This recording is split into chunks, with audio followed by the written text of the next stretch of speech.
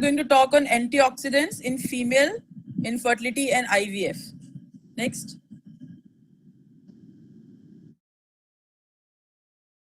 We have simplified this topic in the form of question answers, and we are not going into detail of all the theoretical part. Next. So what is oxidative stress? It is an imbalance between the production of reactive oxygen species and body's ability to neutralize them with antioxidants. Next slide. And how it affects fertility. So you can see basically this causes DNA damage and mitochondrial damage.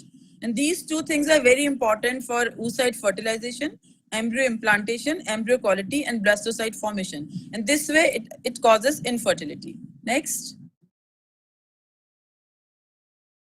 These are the substances that can prevent or slow down damages to cells caused by free radicals. Next. So do all infertile women need antioxidants? The answer is no. Routine use is not recommended. Only in selected cases we should prescribe. Next. Do antioxidants improve IVF success rate? No. Only in selected cases, and especially women more than 35 years of age. Should all women with poor ovarian reserve take antioxidants? Not necessarily. Evidence is weak and inconsistent. Next. So do antioxidants improve embryo quality? There is no conclusive evidence by various studies that it will improve embryo quality. It needs more studies. Next. Can IVF success is multifactorial? It can play only a minor role in some patients. Next. Who may benefit from antioxidants? So women with PCOS, with endometriosis, with recurrent implantation failure, with signs and symptoms of oxidative stress may benefit from antioxidants. Next. So what is the role of coenzyme Q10 in IVF? Some evidence suggested that it may improve mitochondrial function in older women, but benefits are modest. It needs more researches. Next. So it should be, is it useful? It is useful only in patients with poor response who are elderly. Dose is 200 to 600 milligrams per day. Ubiquinol preparation should be used. And next, Malti. And when to start? It should be started 2 to 3 months prior to IVF. If you're planning to do cycle in 5 days or 10 days, there is no point giving it. It needs time to act on mitochondria. Next. Now next is DHEA. Is it an antioxidant? No, it is not. It is used in poor ovarian response with caution, and there should not be any promise to the patient that it will increase their ovarian reserve. It is not a general antioxidant. Next. So are multivitamin based antioxidant formulas, they are effective? So these all formulas, mostly they lack clinical trial and they are mainly marketing driven. So there is no proof. Next. So what about vitamin E? Does it help? Yes, it may help in thin endometrium or in patient with severe oxidative stress. But, Malti, next please. When should we use it? We should use it in patient with thin endometrium, but we should be very careful because excessive very high doses can cause bleeding disorders in patient. Next. What is the role of vitamin C? It is usually safe. Its role is again unproven, and excessive dose more than 1 gram per day should be avoided. It may be harmful. So should multivitamin plus antioxidants pills, should we give them routinely? The answer is no. Best is antioxidants. And what about melatonin in fertility? So there are very limited studies which suggest potential benefit. It improves oocyte quality, hence it improves fertilization, and it improves sleep also, which reduces stress. But the evidence is not strong. Next, Malti. Hello? Am I audible? Oh, yes, you are audible. Okay. Yes. So, this is a very recent study I took from a journal. Can you go back, Malti?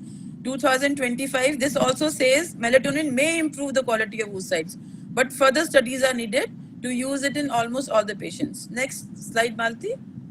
So when to use melatonin? It is potentially helpful in poor responders, and the dose is 3 to 6 milligrams at night. We should not give it in day, but otherwise patient can fall asleep.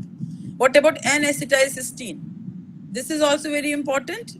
Basically in PCOS, it has been seen to improve insulin resistance like metformin. It reduces oxidative stress, it controls blood sugar, it improves ovulation. The dose is 600 to 1200, but in very obese patient, we can give up to 3 grams per day. Next. So this is another systemic review, and this article also says that it helps in improving metabolic disorder. So by correcting insulin resistance, this can be helped. N-acetylcysteine in patient of only in patient of PCOS. Next. So it should be given in PCOS to improve insulin resistance, not in all patients of IVF. Next, Malti. Omega-3, it helps, it improves endometrial health. It improves subendometrial blood flow. So the thickness is improved, it regulates hormones, it reduces inflammation in the body, and also helps in reducing insulin progesterone resistance. So omega-3 fatty acids can be used in endometrial conditions. Next. This study also says it enhances pregnancy rates in women undergoing IVF ICSI. It also improves fertilization, but again, more studies are needed to use it in day-to-day practice in all patients. Next. What about L-carnitine? There is no solid evidence, and this is more studied in male infertility. It is not studied in women, so it should not be used very routinely. Next. Should oxidative stress testing be done? Ideally, yes, but there is no standard way to how to do it. I also called 2-3 pathologists. They say they are not doing it. So it is very difficult to find out oxidative stress clinically. Next, levels of oxidative stress in countries where they are basically finding out all these molecules, and they all are raised in patients of oxidative stress. But this is not, we are not doing this in India. Next. So are these supplements are FDA approved? No, they are not. Mostly they are unregulated dietary products. So is this market driven industry? Yes, there is no science behind it. Aggressive marketing and drives sales. So this all going to the doctors and asking them to prescribe and telling them left and right, but there is no any evidence based conclusion. Next line. Can do many oxidants be harmful? Yeah, if you are giving overdose of antioxidants, it will create a state of pro-oxidants, and that will also disrupt normal hormonal imbalance. So excess of antioxidant therapy can be harmful. Next slide. Do antioxidants improves egg quality? Only CoQ10 and possibly melatonin. These two can improve egg quality, that too in poor responders and elderly. Next line. So our herbal antioxidant mixtures are recommended. We should avoid them because we have no idea what kind of herbs are added, and then they can disrupt and interfere with hormones and can cause more harm to the patient. Next slide. Should cocktail be prescribed? No. Avoid polysupplementation, and we should do a tailored need prescriptions. Next slide. But this is again experimental, and there is no standard any publication advice to use it. Next slide. Are diet-based antioxidants are better? Yes. Mediterranean style diet is recommended. It is safe and most beneficial. And next slide. This slide will show you the pyramid of Mediterranean diet. The fruit, vegetables, whole grains, breads, they are oil, nuts. We should take them, avoid processed meat and packaged food. So if we are following this diet, there is no need of antioxidant supplementation. Next slide. Do they are helpful in thin endometrium? Possibly vitamin A, L-arginine, pentoxifalin, and also omega-3 fatty acid. It may help in thin endometrium. But again, possibly. So do antioxidants prevent miscarriage? No, there is no as such study, but in recurrent pregnancy losses with lot of oxidative stress, it can be helpful. Next slide. Is resveratrol useful? No, it can inhibit implantation, so it should be avoided in patients of ART cycles. Next slide. Are OTC fertility pills safe? Not always. They may contain very high doses, unlisted doses of unsafe combinations, which can cause more harm to the patients. Next slide. Should patient be told the truth? Absolutely. Honest counseling avoids unnecessary cost and disappointment. If we give them antioxidants and we'll tell them, see, your ovarian reserve will improve, and after 3 months it is same, then that again is great disappointment and stress for the patient. So we should do a very honest counseling. Next slide.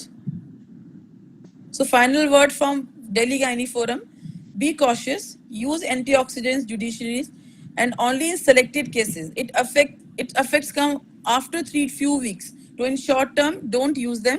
Avoid expensive, non-evidence based regimes. Focus on nutrition, personalization, and transparency.